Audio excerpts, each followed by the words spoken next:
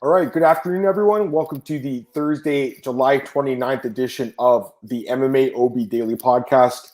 I'm your host, as always, Adam Martin, and I'll be talking about Bellator 263 today, breaking down that whole card with you guys. Looking forward to it. I am going solo today. AJ's got a lot going on right now with some other projects, so wasn't able to come today. And I'll talk about that at the end of the show, but I think that the future of the podcast on Thursday, I'm not too sure about right now, just because – again, I've lost my co-host, and as much as I like doing it, I do have a lot going on personally right now. So next week, I don't think I'm going to be doing a show on Thursday, but I still plan on doing the show with Marcel Monday and Tuesday. But anyways, I'll talk about that later.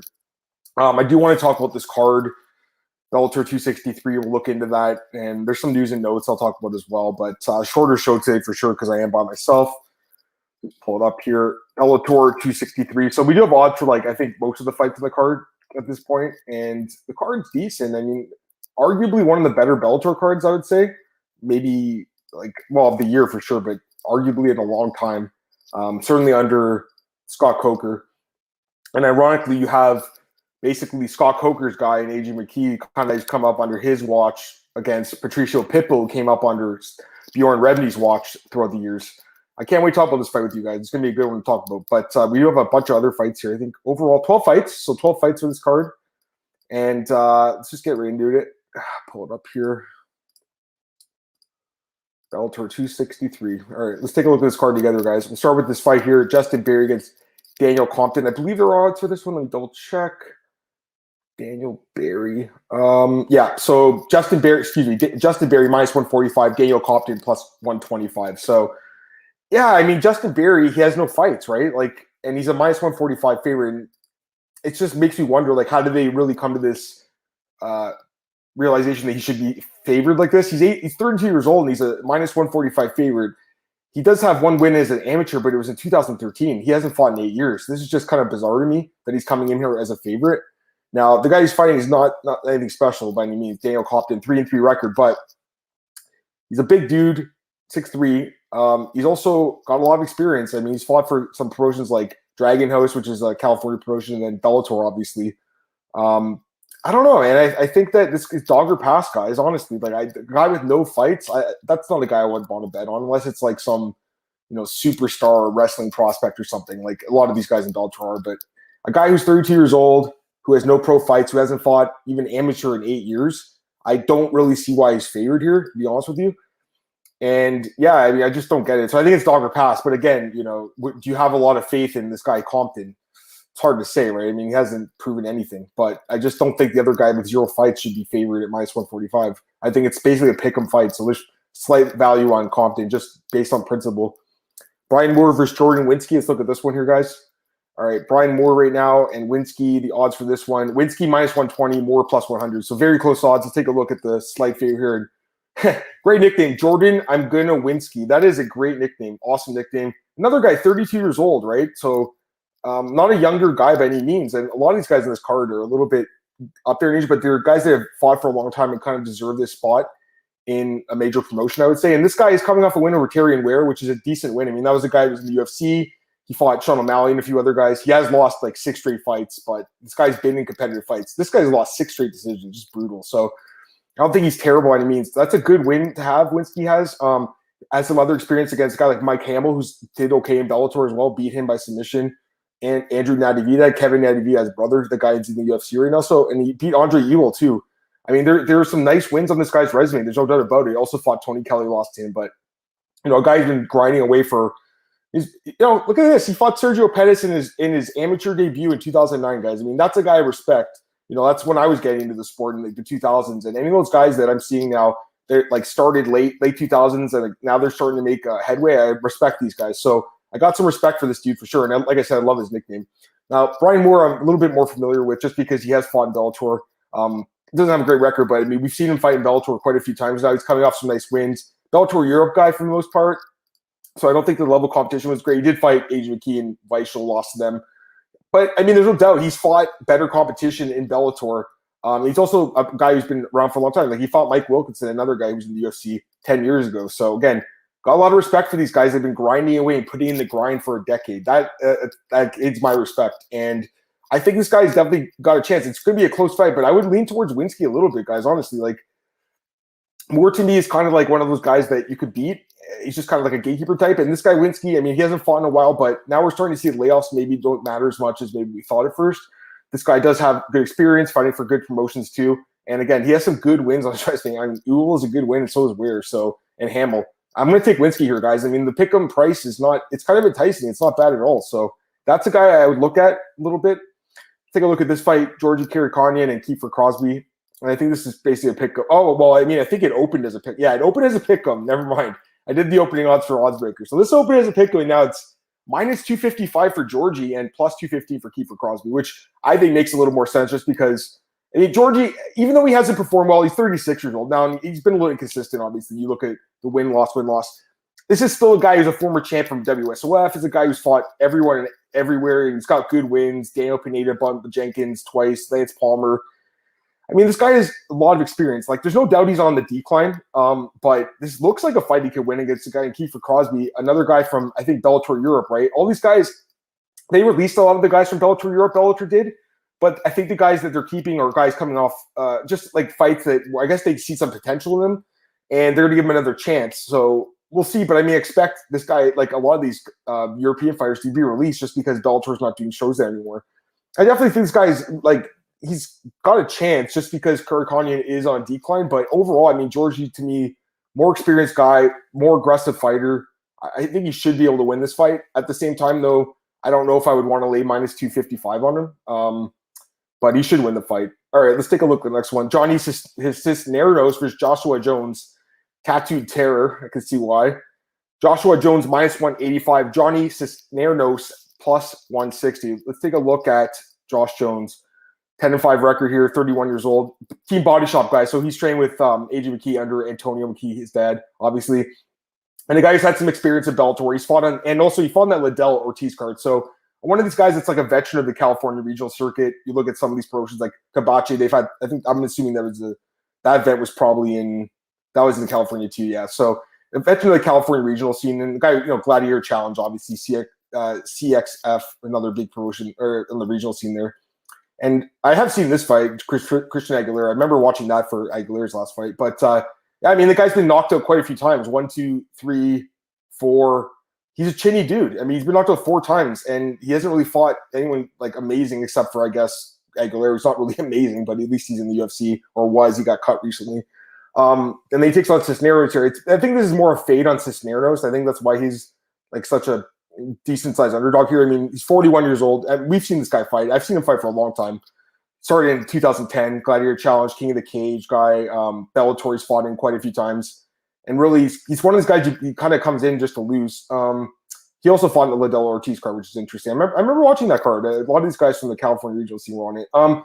Yeah, I mean, again, I think this guy would have a chance in this fight. It's not like a fight I have a ton of interest in betting, but Josh Jones, I mean, I can see why he's favored. It's more of a fade, I think, on Cisneros and being 41 years old. You guys know I can't bet on 40-year-old fighters, but I don't think Josh Jones is amazing. And the guy's 4 knockout losses, and Cisneros, he's doesn't really have many knockouts, though, to be fair. So I guess he'd be fighting the right guy. He doesn't look like he's fighting some knockout artist, but when you have a chin that's kind of like weak like that, a guy that isn't even a knockout artist can knock you out. So Josh Jones, I can see why he's favored, but I don't know. I don't have a ton of confidence in the dude.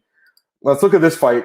Kassan Magomed Sharapov versus Jonathan Quiros. Now, you guys don't recognize the last name, right? So this is Zabit's brother, and he's only 20 years old, and it's crazy. He's fighting more often than Zabit these days, which is nuts, which is terrible. But anyways, because I love Zabit watching him fight, man. He's amazing. This dude's minus 1,000 and plus 650 for Quiros. I mean, you guys can see what's happening here. There's no doubt this guy's going to win the fight. I mean, unless he gets injured or something during the fight, I can't see how he loses. The guy's a stud. He's a stud, man. I think this was a twister, I believe, if I'm not mistaken, the one submission win he had here. The guy's good. I mean, he's super young. I understand UFC doesn't sign like really, really young prospects that are super green like this, and it's not like he's fighting good, but I think this guy could be good for Bellator if he's anything like his brother. I mean, he's definitely trained with the right guy, right? He's taking on this guy Quiros here, 3-4 record, 34 years old, so an older dude here, coming off a loss to AJ Agazarim, a guy who's, I don't think he's in Bellator anymore. He's not a terrible fighter. I mean, this guy, he's not a complete bum. I mean, he has a win over Ryan Lilly, who's not a terrible regional scene guy. He did have a decision loss to Kyler Phillips. That's not terrible either. So I don't think this guy's a total scrub by any means.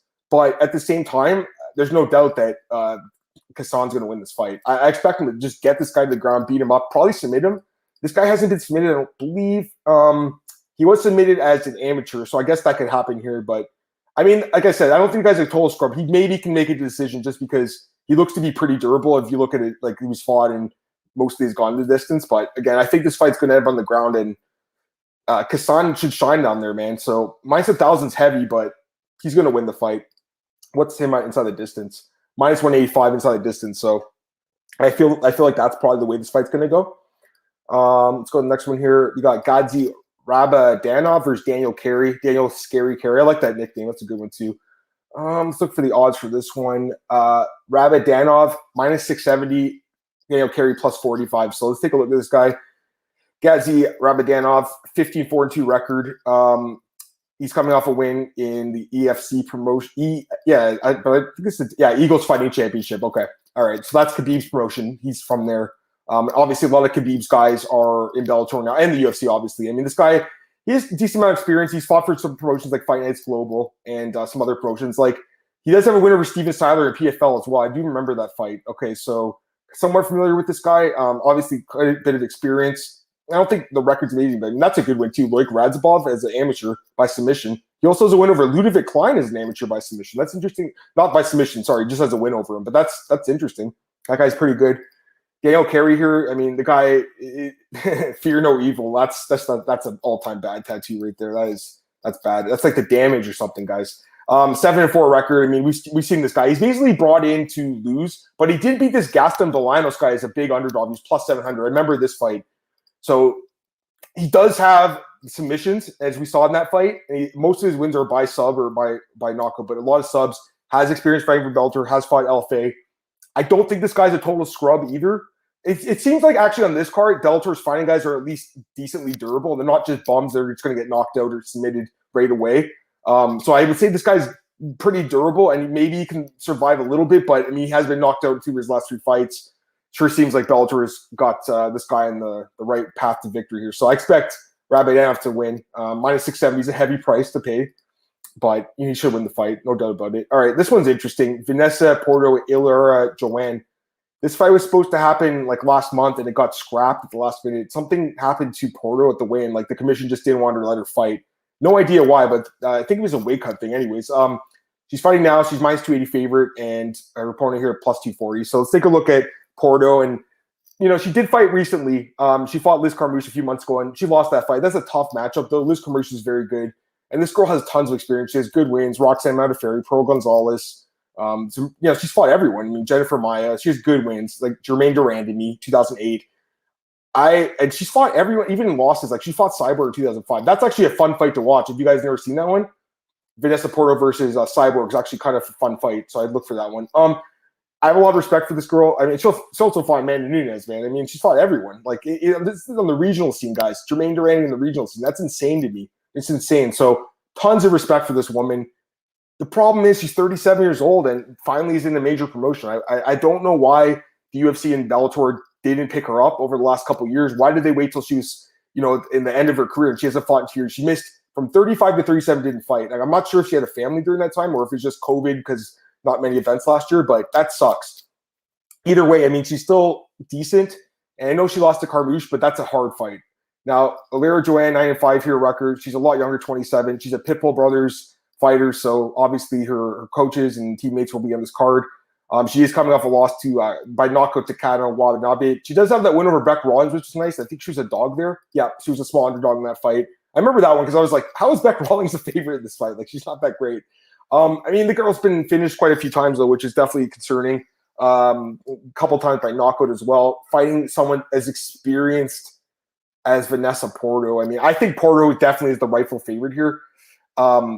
I wish she was a little bit younger, guys. Like, I think she's a good fighter that unfortunately just made it to the UFC too late. Because, again, you look at her career, and it's so sad that some of these women have to go through so many years on the regional scene before they get to the big shows. Whereas, like, back then anyways, because now you see girls come to the UFC or a Contender Series, they have, like, one fight and they're in Contender Series or UFC already. This girl had to fight 30 times before she got a chance in Bellator or UFC. That is crazy to me. So I think Porter's going to come here and get the job done. I expect her to win the fight.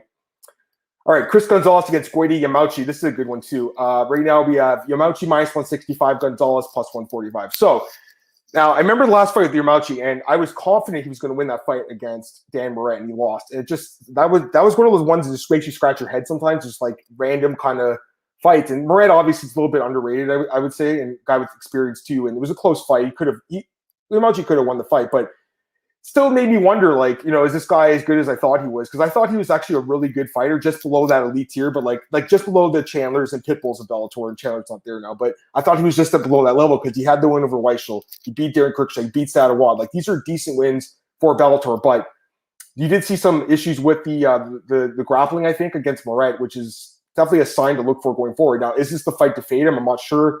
Gonzalez is coming off a nice win over Roger Huerta in his last fight, and I really liked him in that spot. I remember talking about this fight with AJ, and minus 275 was a good line in that spot, just basically to fade Roger Huerta, who tapped out the strikes in the third round. This guy's undefeated. He's a pretty good prospect, I think. I just want to see a little bit more of him, but I do like the camp team alpha male. I think there's a lot to like about Chris Gonzalez, so I don't know. I think it's dog or pass, guys, based on Yamauchi's last fight, because I do think he's a little bit on a decline, but again, he's only 20 years old. Maybe it was just a bad performance. I don't want to completely write him off. But Gonzalez, this guy, did really impress me in the last fight. He does have a couple good wins in his resume. He's looked good.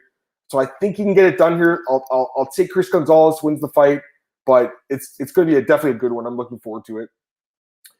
All right, let's go to the next fight here, guys. Islam Mamedov versus Brent Primus. Now, it's funny because best fight odds earlier this week, they came out with the odds for this, and it said Brent Primus versus Islam Makhachev, and I'm like, what? I'm like, is there another Islam Makhachev in Bellator? Right? No, it's just a different guy. So Islam Mamedov right now, he is slightly favored minus 210, plus 175 over Brent Primus, the former champion in Bellator. So let's take a look at Mamedov here, 19-1-1, 31 years old. And the guy, I mean, I remember him from PFL. I'm sure a lot of you guys do. He had some good wins there. I mean, in WSOF too, he fought Nathan Schulte, he beat him. Thiago Tavares, former UFC fighter. I mean, these are good wins. They're definitely solid wins. The guy's good on the ground. There's no doubt about it. Most of his wins are by stoppage on the ground. He's a good fighter. And he's coming off at UAE Warriors, which is a good promotion. And I'm kind of surprised the UFC didn't sign him, to be honest with you. But I think this is a good sign for Bellator, and this guy is quite good.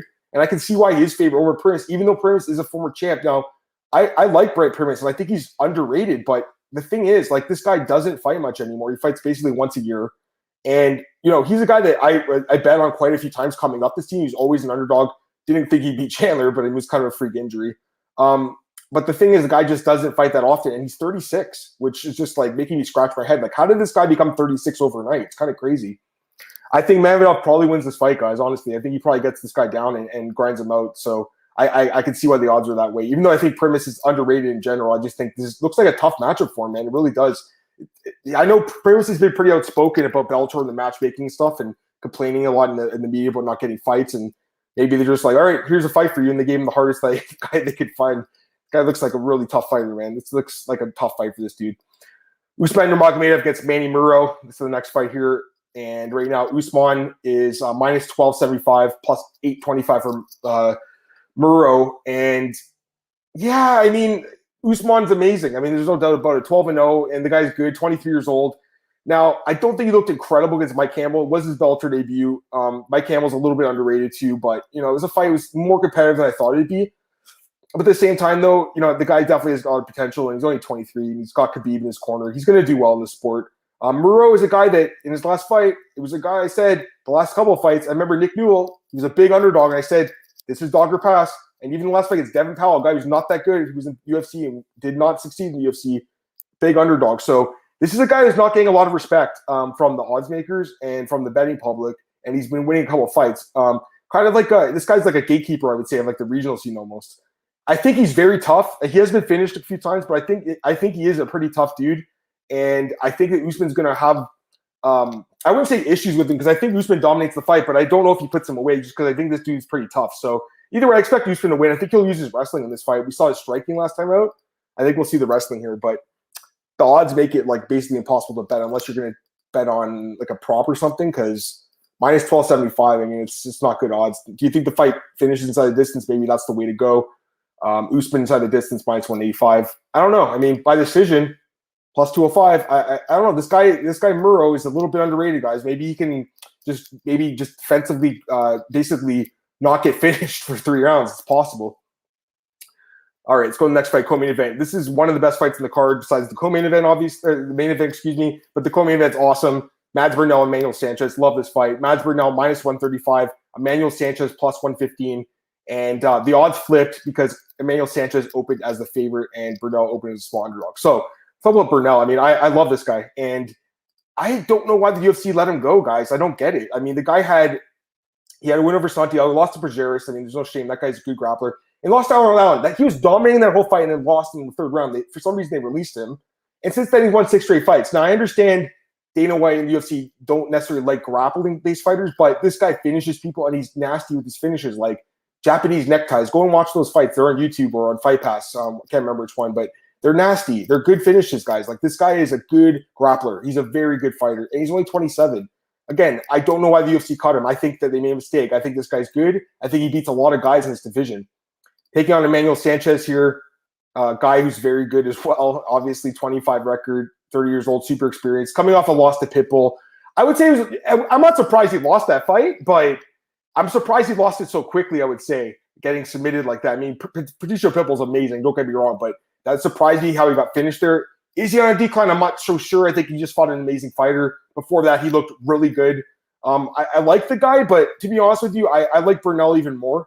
So I'm going to take Mads Burnell here, guys. I think he edges it out too. And I see that Pablo, hey, Pablo, you're in the comments. He thinks Burnell wins too. I think so too. And I think the people that got the early plus money, I think that was a good bet personally. But we'll see. I mean, it should be a great fight, though. I think it's going to be an awesome one, Pablo. I'm looking forward to it. All right. Can't wait to talk about this one, guys. Main event of the evening, Patricio Pitbull, AJ McKee. I mean, this fight is amazing.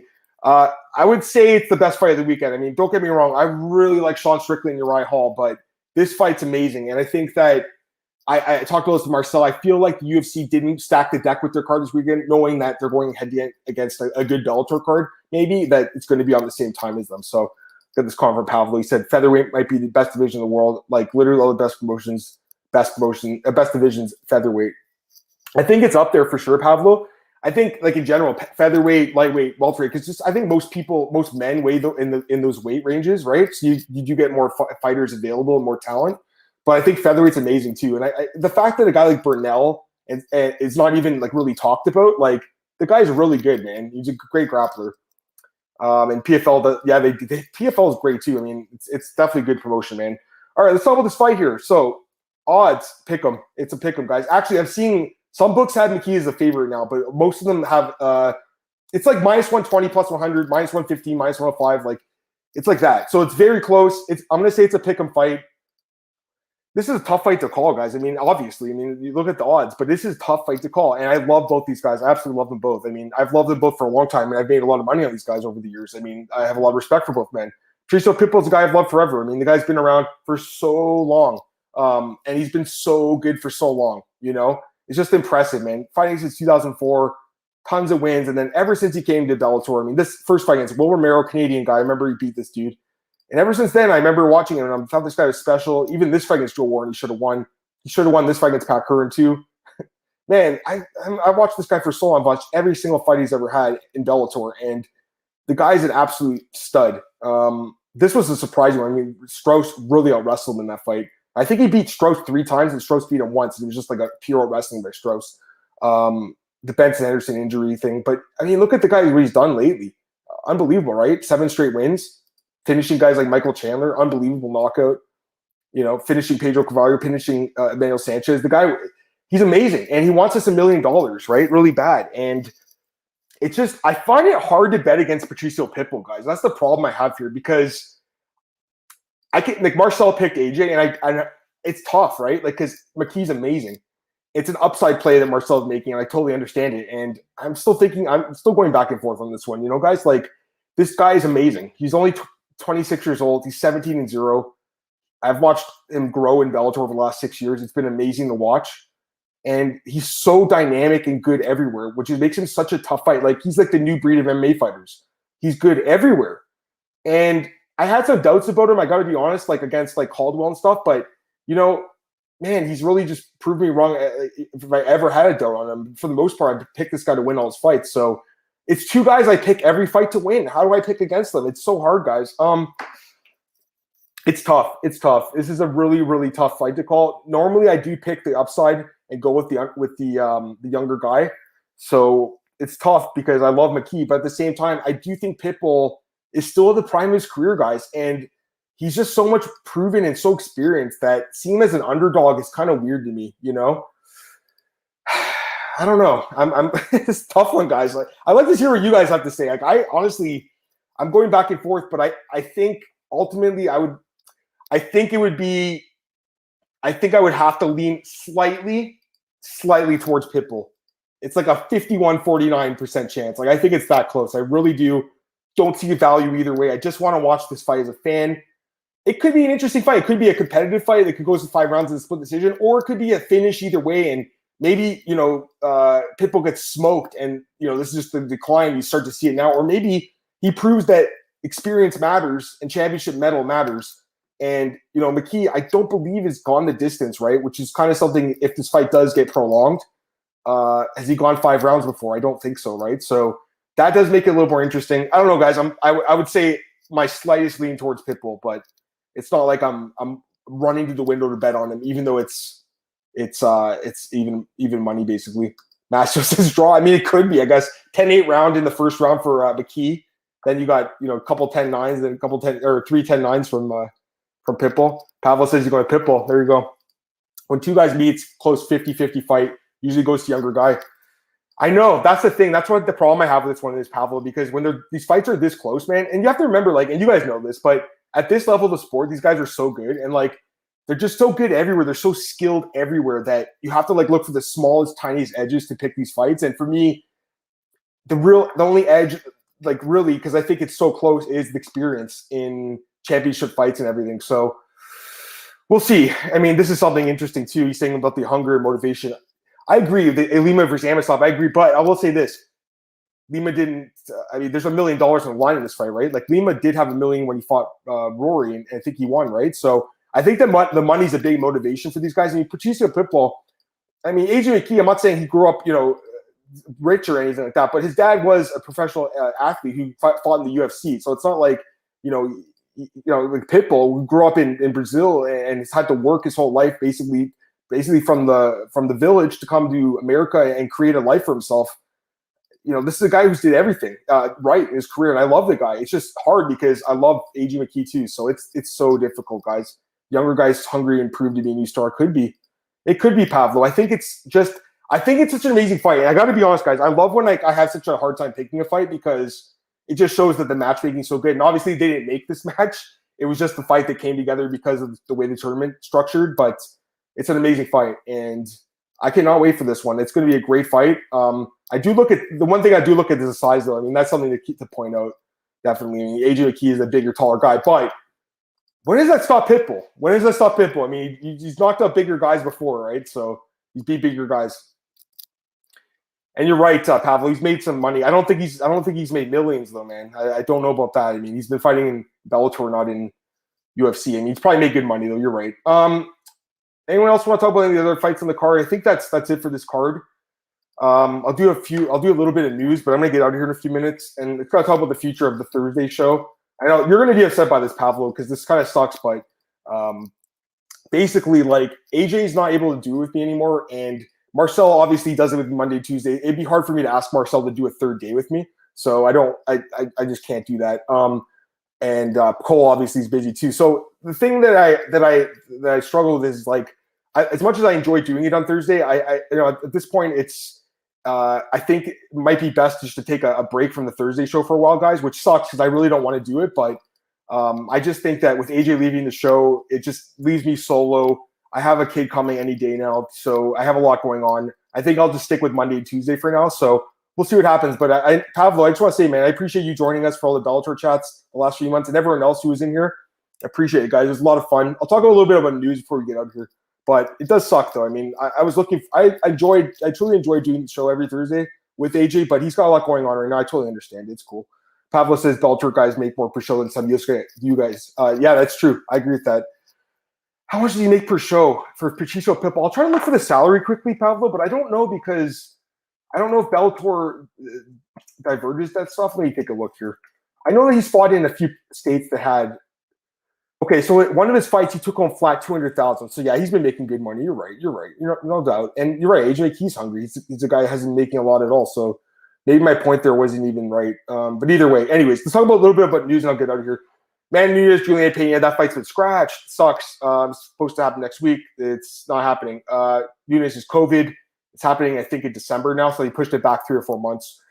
Sucks. Not good. What else? Chris Dawkins is pissed that Shamil Abdurrahimov keeps withdrawing from his fights. That does suck. Aspen Ladd, Chason, that's been rescheduled for UFC. Johnny Walker and Thiago Santos, that's in, I think, October. So, yeah, I think that fight's been rescheduled for then. I was kind of hoping they would book Aspen Ladd against someone else, guys. Apparently, Miesha Tate didn't want to have the fight. So that's what I read. I don't know why she turned on the fight. I guess she's convinced that she can get a title shot or something. I'm not sure. I think that would have been a good fight for Miesha to win. If she had beaten Aspen Ladd, I think she could get a title shot. The other fight was this one. This one makes me scratch my head a bit, but Holly Holmes fighting Norma Dumont. Kind of a weird fight. I thought they would do, if they were going to do Miesha versus Aspen Ladd, I think Miesha versus Holly Holm would have made sense. I'm a little surprised they did the Norma Dumont fight. September 4th event, that's been moved from London back to Vegas, just in case anyone was wondering. So I felt like it was a little bit too soon for the UFC to start doing those international events. It was kind of strange. Anyways, I think that's going to be it for today, guys.